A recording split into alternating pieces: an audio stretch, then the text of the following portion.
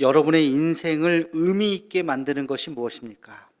다시 말하면 여러분 무엇 때문에 여러분은 삶을 힘을 얻으면서 살아가고 있습니까? 그것이 혹시 건강입니까? 가족입니까? 재산입니까? 친구입니까? 성취감, 직업입니까? 종교입니까? 취미입니까? 여러 가지 답이 나올 수 있겠죠? 이 질문을 선진국 17개 나라의 모든 사람들에게 한 미국의 유명한 리서치 회사 퓨 리서치라고 하는 데서 질문을 했습니다. 당신의 인생을 의미 있게 만드는 것이 무엇입니까?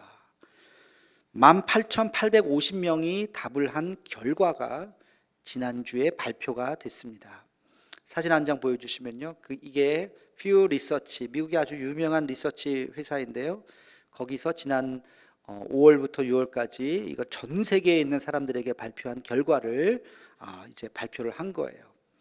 한 장 더 보여주시면 저게 검사 결과입니다. 17개 나라가 있고 1번부터 5번까지 순위가 쫙 나와 있습니다.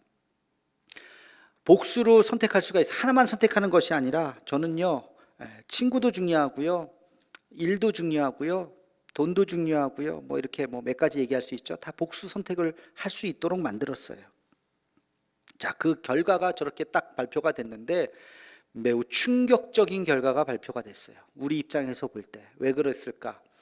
자, 그 다음 사진 한번 보여주세요. 그 다음 사진, 저게 이제 우리나라 리서치 회사에서 번역을 해서 발표한 겁니다. 제가 데이터 임팩트 유상원 아나운서랑 찍는 거 아세요? 보셨어요? 조회수가 잘 많이 안 나와가지고 매주 이렇게 올리고 있는데 거기서 이제 할 거예요. 저기 어저께 지난주에 이번 주에 발표가 돼가지고 이제 앞으로 할 건데 그 회사 목회 데이터 연구원이라고 하는 회사에서 저렇게 번역해서 지금 보여주었는데요. 저거를 조금 더 제가 압축해서 하나 보여드리겠습니다.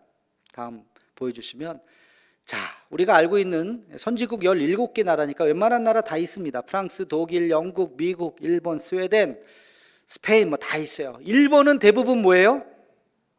일본이 대부분이 거의 다가 가족이에요. 가족. 내 인생을 의미 있게 만드는 것? 당연히 가족이죠 라고 대답했다는 거예요. 근데 한국은 뭐예요? 한국은 뭐예요? 재산, 돈. 2위는 이렇게 보세요. 대부분 뭐가 들어갔어요? 직업이에요. 자기 일을 통해서 자기가 만족함을 느끼는 거예요. 그래서 일이 중요하죠, 나에게. 그렇게 대답을 했는데 한국은 건강 그랬어요. 건강이 있어야 돈을 번다고 생각하시는 것 같아요. 3위는 뭐가 있어요? 건강, 직업, 취미, 조금 다양하죠, 그렇죠? 3위에 한국은 가족이 들어갔습니다. 2, 3, 4위는 조금씩 다르지만 직업, 건강, 친구 이런 것이 들어가 있어요. 근데요, 17개 나라 중에 압도적으로 1위가 재산인 나라는 한국밖에 없어요. 한국밖에 없어요. 우리의 참 부끄러운 치부를 좀 들킨 것 같은 그런 느낌을 좀 받게 됩니다. 여기서 좀 특이한 것 하나가 있는데요. 특이한 것이 있는데 2위와 4위가 전 세계에 공통적으로 나오는 것이 직업하고 친구예요. 자기의 직업을 통해서 자기는 의미를 느끼고 친구의 관계를 통해서 의미를 느낀다. 근데 직업과 친구는 우리나라는 5위권 밖에 있습니다. 직업은 아무래도 좋다. 뭘 해도 돈 많이 벌면 된다. 친구도 돈 되는 친구, 나한테 도움이 되는 친구지 그게 진짜 인간적인 친구가 아니다라고 생각하고 있는 것은 아닌지. 저기는 17개 나라라 그랬어요. 우리나라가 전 세계 한 10위권 국가, 경제 규모가 그 정도 되니까 우리보다 잘 사는 나라도 있고 우리보다 못 사는 나라도 있었어요. 그럼에도 불구하고 우리나라처럼 저렇게 압도적으로 1위가 재산이라고 말한 나라는 없다는 거예요. 굉장히 특이한 게 뭐냐면 우리는 저 복수를 선택할 수 있다고 그랬잖아요. 근데 62%가 하나만, 돈 외에는 아예 다른 거는 선택하지 않았다는 거예요. 그래서 리서치 회사에서 굉장히 특이한 거다. 다른 건 뭐예요? 다른 건 별로예요. 하나만 얘기했다는 거예요.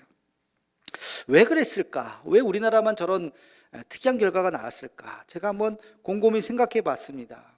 한 두 가지 이유가 아닐까 싶어요. 하나는 굉장히 빠른 압축적인 근대화 과정이 있었잖아요. 그러다 보니까 우리가 돈에 대한 가치가 실제 가치보다 훨씬 더 크게 보이는 거예요. 그걸 착시현상이라고 그래요. 실제보다 더 크게 보이는 거. 혹시 그런 것은 아닌가? 제가 노예 임원을 하고 있는데, 노예 임원들하고 우리 포항시장님하고 조찬 식사를 얼마 전에 했습니다. 근데 시장님이 그런 말씀 하시더라고요. 자기 장기 출신인데 옛날 어렸을 때 얘기를 막 하시는 거예요. 7km, 8km 걸어가면서 보찜지고 학교 다니고 뭐 그 옛날 얘기를 하세요. 불과 50년 전 정도 되겠죠. 근데 그렇게 50년 전에 보찜지고 7km, 8km 초등학교 다녔던 그 사람이 당대에 이렇게 전 세계 10위권 국가의 대도시의 시장이 될 수 있었다는 거, 이 한 세대 만에 이렇게 경제가 빨리 발전한 나라는 대한민국밖에 없다는 거예요. 대단한 나라입니다. 그러다 보니까 우리가 돈에 대한 가치가 너무 커 보인 거예요. 실제 돈에 대한 가치가 한 요 정도. 돈이 중요하지 않다는 거 아니에요. 중요하죠. 돈에 대한 가치가 한 요 정도 중요한데 우리는 돈이 너무 중요하다고 생각하는 거예요. 돈이면 다 된다고 생각하는 거예요. 그러니까 우리의 삶을 의미 있게 만드는 것, 1위가, 압도적인 1위가 돈이라고 말하지 않았겠어요? 친구, 건강, 직업, 심지어는 가족 위에 돈이 있는 거예요. 또 한 가지 이유는 뭘까 생각해 보니까 빈부격차인 것 같아요. 저 17개 나라 중에 5번째에도 재산이 들지 않은 나라가 있어요. 돈이라고 선택하지 않은 나라, 5위 안에 들지 않은 나라, 유일하게 2나라가 있어요. 하나는 미국이고 하나는 그리스예요. 그래서 제가 그리스 하니까 눈이 딱 떠졌어요. 그리스는 재산이라고 선택하지 않았어요. 5위권 밖에 있어요. 제가 지난번에 그리스 터키 성지순례를 갔을 때 그리스 여행 가이드가 이런 얘기를 하시더라고요. 그리스 사람들은 돈에 대해서 별로 이렇게 돈 벌려고 하지 않는 것 같아요. 그래서 아니 왜 그래요? 그랬더니 그리스 사람들은요 빈부격차가 별로 없어요. 잘 살아도 그냥 그렇고 못 살아도 그냥 그렇고 큰 차이가 없다는 거예요. 밖에 나와서 에스프레소 차 한 잔 마시면서 그냥 담소 나누는 거 그런 걸 너무 좋아하고 얘기하고 이런 걸 너무 좋아하고 그러지 뭐 커피 한 잔은 못 사 먹을 사람이 어디 있습니까? 그러니까 그냥 막 돈을 벌려고 막 혈안이 되지 않는다는 거예요. 그래서 그러고 보니까 그리스의 뭐 대표적인 기업이 생각나는 게 없어요. 큰 기업도 없는 것 같아요. 그냥 그 사람들의 생활 수준이 다 거기서 거긴 거예요. 그러다 보니까 돈에 대한 가치가 그렇게 없는 거예요, 그 나라는. 근데 우리는 바로 옆에 떼돈 벌었다는 얘기 들잖아요. 그렇죠? 여러분 요즘에 유행하는 말 중에 벼락거지라는 말 들어보셨죠? 나는 열심히 그냥 일했는데 갑자기 다른 사람들이 다 부자가 되는 바람에 내가 그냥 벼락거지가 된 거예요. 아파트 값이, 난 전세 살고 이 사람은 집을 샀는데 그 사람은 집값이 꽉 올라갔고 똑같이 살았는데 나는 그 모양이야. 벼락거지가 됐네. 이런 말들이, 신종의 말들이 우리를 너무 괴롭히게 되는 거예요. 빈부격차가 너무 큰 거예요. 그러니까 나는 뭐하고 살았나? 이런 자괴감도 들고 슬프고 돈밖에 없네. 돈을 위해서 막 살게 되는 것이죠.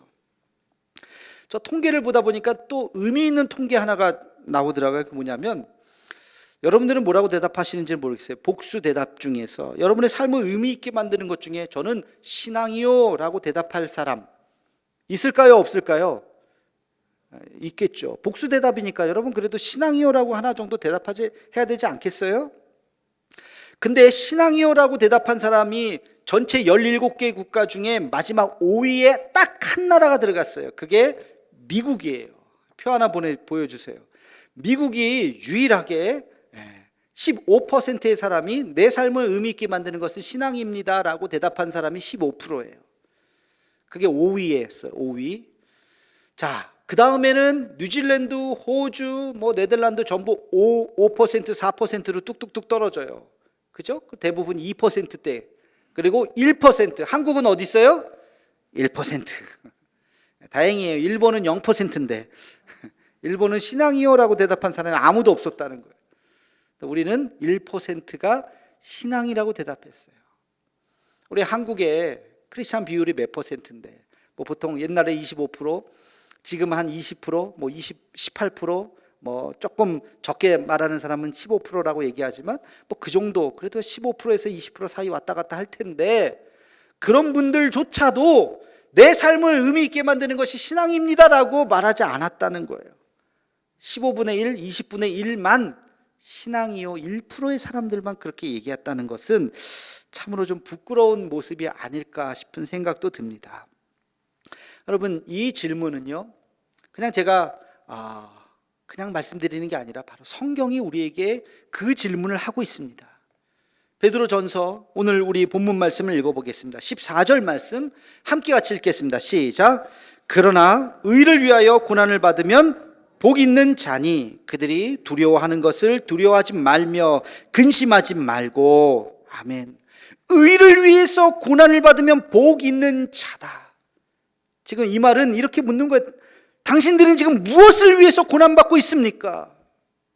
당신들은 지금 무엇을 위해서 수고하고 땀 흘리고 애쓰고 있습니까? 라고 질문을 하는 것입니다. 여러분, 지금 무엇을 위해서 수고하고 있나요? 무엇을 위해서 애쓰고 있나요? 고난을 위해서, 우리가 주님의 그 고난에 동참하기 위해서 수고하는 자는 복이 있다라고 이야기하고 있습니다. 그 다음에 15절 우리 함께 같이 읽겠습니다. 시작.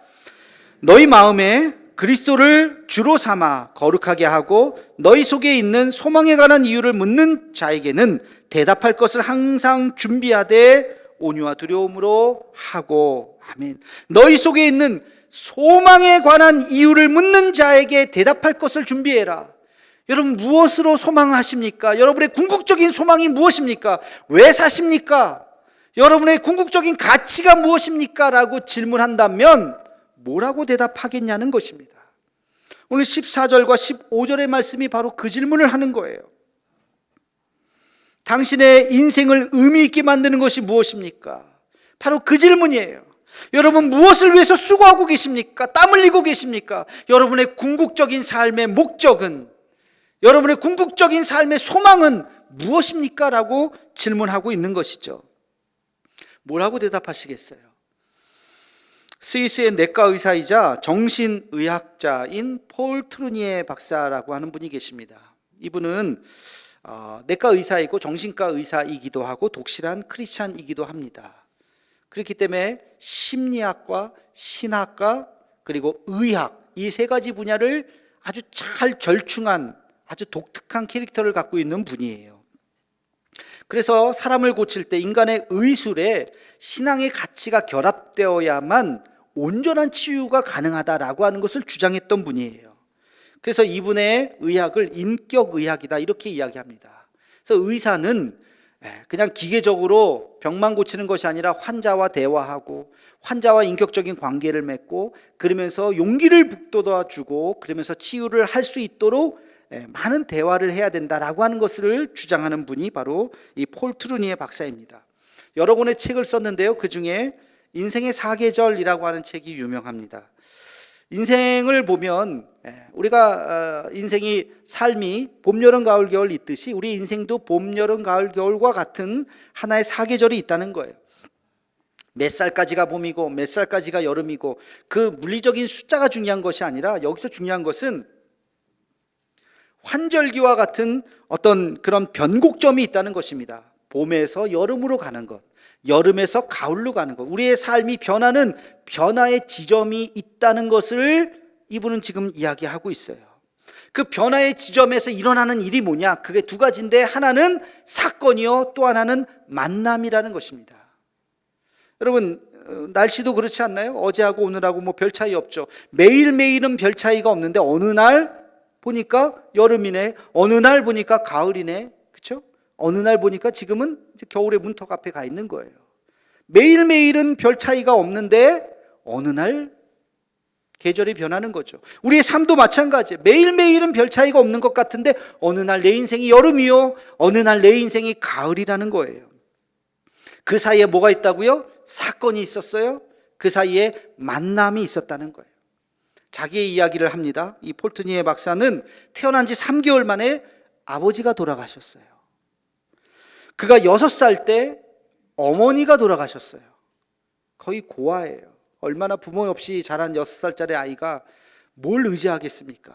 그렇죠? 의지할 데 없이 내성적이고 의기소침한 아이로 자라고 있었는데 고등학교 시절 자기의 이야기에 귀를 기울였던 선생님을 만나게 됩니다.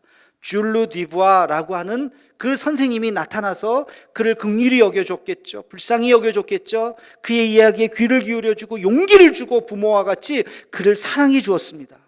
그로부터 자기의 인생이 변했노라고 이야기해요. 그리고 그의 인생에 또 하나의 변곡점이 있었는데 그가 의사가 돼서 사람들을 많이 치유하는데 한 환자를 만났어요.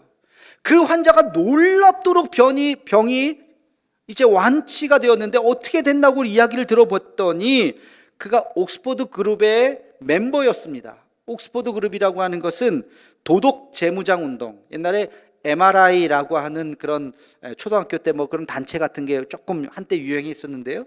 그 MRI라고 하는 단체가 기원이 바로 이 옥스퍼드 그룹에서 도덕적으로 우리가 잘 살자, 윤리적으로 우리가 아주 신실하게 살자라고 하는 그 그룹, 거기에서부터 나온 거예요.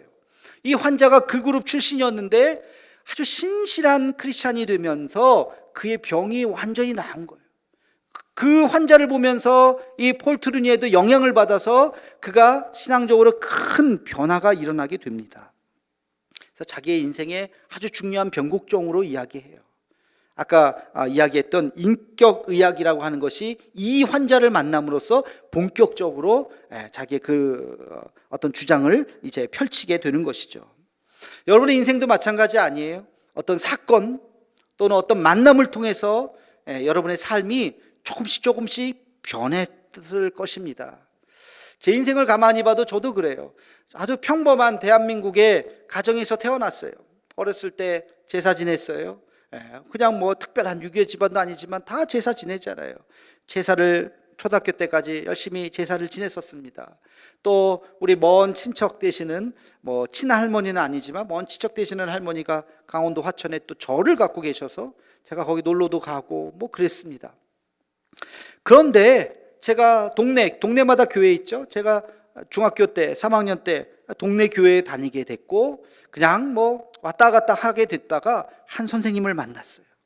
교학교 선생님, 저를 사랑해 주시고 저에 대한 열정을 다해 주시고 저를 긍휼히 여겨 주시고 교회에 빠질 때마다 연락하고 붙잡고 수련회 같이 가자고 얘기해 주셨던 그 선생님의 열정 때문에 제가 끌려다니시다시피 교회를 나오고 그러다가 제가 주님을 만났던 거예요.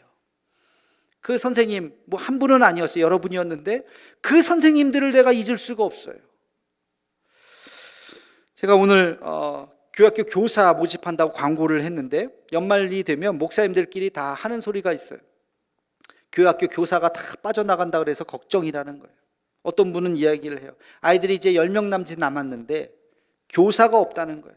교육자 쓸 만큼 숫자는 안 되고 교사들이 어떻게 아이들을 관리를 해줬으면 좋겠는데 교사가 없으니까 본인이 하기도 어렵고 교학교를 만들어야 되는지 아예 그냥 교학교를 없애야 되는지 고민이라는 거예요. 참 저도 고민이 되겠더라고요. 그거 어떻게 해야 되나. 아이들 10명인데 교사가 5, 6명이라 그러면 얼마나 또 열심히 하겠습니까? 근데 한 교사가 지원했다가 나 혼자예요? 나 못해요. 그러고 나갔다는 거예요. 참 너무 안타까운 이야기예요. 요즘에 한국교회에 다음 세대가 위기라는 얘기하죠. 교학교 위기라는 얘기하죠. 엄밀하게 이야기하면 아이들이 무슨 위기겠습니까? 아이들은 예전이나 지금이나 똑같아요. 예전에 아이들이라고 믿음이 좋고 지금 아이들이 믿음이 없나요? 아니요. 아이들 똑같아요. 아이들의 위기가 아니라 교사의 위기예요. 열정적인 교사들이 사라지고 숫자도 줄어들고 열정도 줄어들고 그러다 보니까 아이들을 케어할 수 있는 선생님이 없으니까 잘 붙잡지는 못하는 거예요. 제가 단언컨대 말씀을 드리지만 교회에서 교사가 제일 힘든 직업일 수는 있어요. 직업이 아니라 그 직책일 수는 있어요. 그러나 단언컨대 가장 의미 있는 일이 바로 교사입니다. 왜? 한 사람의 인생을 변화시키는 거잖아요. 여러분, 한 사람의 인생을 변화시키는 것이 바로 교사예요. 그러니까 그런 자부심을 가지고 교회학교에 좀 많이 지원해 주시고 우리 교회는 교사들이 할 사람들이 막 넘쳐날 수 있는 그런 교회가 되기를 주님의 이름으로 축원합니다. 자, 이 폴 트루니에 박사가 매우 중요한 지적을 합니다. 그게 뭐냐면 왜 질병이 일어나는가, 질병의 원인에 대해서 이야기를 합니다. 이분이 의사였기 때문에 많은 환자들을 보죠. 건강했던 사람이 왜 병을 얻었을까, 왜 이런 질병을 얻었을까, 그걸 나름대로 또 신학도 하고 심리학도 했기 때문에 아주 사람을 깊이 있게 통찰하면서 사람이 질병을 얻는 세 가지를 발견하게 됩니다. 첫 번째는 삶의 자세 때문이라고 이야기해요. 우리가 허리가 아프거나 그럴 때 병원에 가면 의사 선생님이 꼭 하는 말이 있어요. 자세가 잘못됐습니다. 그렇죠? 나도 모르게 이렇게 자세가 삐딱하면 언젠가 고장나게 돼 있어요. 허리가 안 좋고 다리가 안 좋고 무릎이 안 좋고 자세예요, 자세. 이거는 육신에게만 해당되는 것이 아니라 우리의 마음에도 해당됩니다. 세상을 삐뚤어하게 보면 굉장히 비판적인 것 같고 굉장히 새로운 관점인 것 같지만 그것은 그 사람을 병들게 하는 것입니다. 세상을 삐딱하게 봐서는 안 돼요. 세상을 어떻게 봐야 되는가? 하나님의 시선으로 세상을 봐야 되는 것입니다. 하나님의 시선, 하나님이 바라보는 곳을 바라보고 하나님이 보시는 그 눈길로 바라봐야 하는 것이죠. 하나님이 어떻게 바라보죠? 사랑과 긍휼로 바라보시는 거예요. 우리가 그 마음으로 세상을 바라볼 때 우리의 자세가 올바라지고 마음이 치유가 되고 우리의 육신이 치유가 되는 줄로 믿습니다. 여러분, 자세가 바르지 않으면 병에 걸린다고요. 두 번째가 균형감의 상실이에요. 균형감의 상실. 사람을 가만히 보면요, 매우 균형 있게 만드셨어요. 사람을 가운데로 이렇게 한번 나눠보세요. 눈도 양쪽에 딱 있죠? 콧구멍도 이렇게 양쪽에 딱 이렇게 있죠? 손도 양쪽으로 딱 있죠? 딱 이렇게 대칭이 되잖아요. 이렇게 손가락도 그대로, 그렇죠? 다리도 그렇고, 그렇죠? 가운데로 이렇게 딱 잘라보면 아주 균형감 있게 만들었다고요. 사람의 육체뿐만이 아니에요. 우리의 정신도 그래요. 우리의 마음도 그래요. 여러분, 우리가 마음도 잘 균형을 잡아야 됩니다. 제가 늘 강조하지 않습니까? 인간의 이성과 감성을 잘 조화해야 됩니다. 또 우리의 현실과 이상을 잘 조화 있게 살아야 돼요. 일과 심 균형을 가져야 됩니다. 너무 일중독이 되어서도 안 되고 너무 놀아도 안 되고 균형이 잘 잡혀야 됩니다. 가정과 직장 잘 균형이 잡혀야 됩니다. 우리 신앙적으로도 보면 말씀과 기도가 균형이 잡혀야 돼요. 묵상과 실천이 균형이 잡혀야 돼요. 그리고 이생의 삶과 천국, 내생의 우리의 생각을 균형을 잡아야 됩니다. 너무 이 세상에서만 영원히 살 것처럼 살지 말고 하늘나라를 바라보면서 살아야 하는 것입니다. 이 균형이 깨어져 버리면, 한쪽이 치우쳐 버리면 병들기 시작하는 겁니다. 몸도 마음도 병드는 거예요. 세 번째, 이 폴 트루니에 박사가 이야기에는 이 사람이 병드는 세 가지 아주 제일 중요한 것이 있는데 그게 바로 환경적인 요인이라는 것입니다. 환자를 잘 치유했어요. 완치를 했어요. 이제 당신 건강해졌습니다. 이제 가셔서 건강하게 잘 사세요. 아유 고맙습니다 하고 집에 가면 얼마 안 있다가 다시 온다는 거예요. 선생님이 또 병 났어요. 또 잘 치유를 했어요. 치료를 하고 이제 다 났어요. 이제 가세요 하고 갔더니 또 병이 나서 왔어요. 아니 왜 이럴까 봤더니 집이 문제인 거예요. 집이. 그 환경이 문제인 거예요. 병들 수밖에 없는 환경인 거예요. 아무리 여기서 잘 치료를 해도 집으로 가면 거기서 또 병이 나는 거예요. 그래서 이분이 이야기합니다. 환경이 중요하다. 그 환경 속에 있으면 병이 들 수밖에 없다는 거예요. 건강한 환경을 만들어야 돼요. 여러분, 식습관도 마찬가지예요. 먹는 것에서 다 병이 생기는 거죠. 건강하게 먹어야 됩니다. 여러분, 이것이 우리 사회도 마찬가지예요. 우리 사회가 어떻게 선진국 17개 나라의 통계를 이렇게 딱 내는데 우리나라만 이렇게 독특한 이 평가가 나왔을까? 왜 그랬을까? 이게 우리나라 사회의 환경 때문에 그렇습니다. 아까 말씀드렸듯이 급격한 산업화로 돈에 대한 가치가 너무 커져버린 거예요.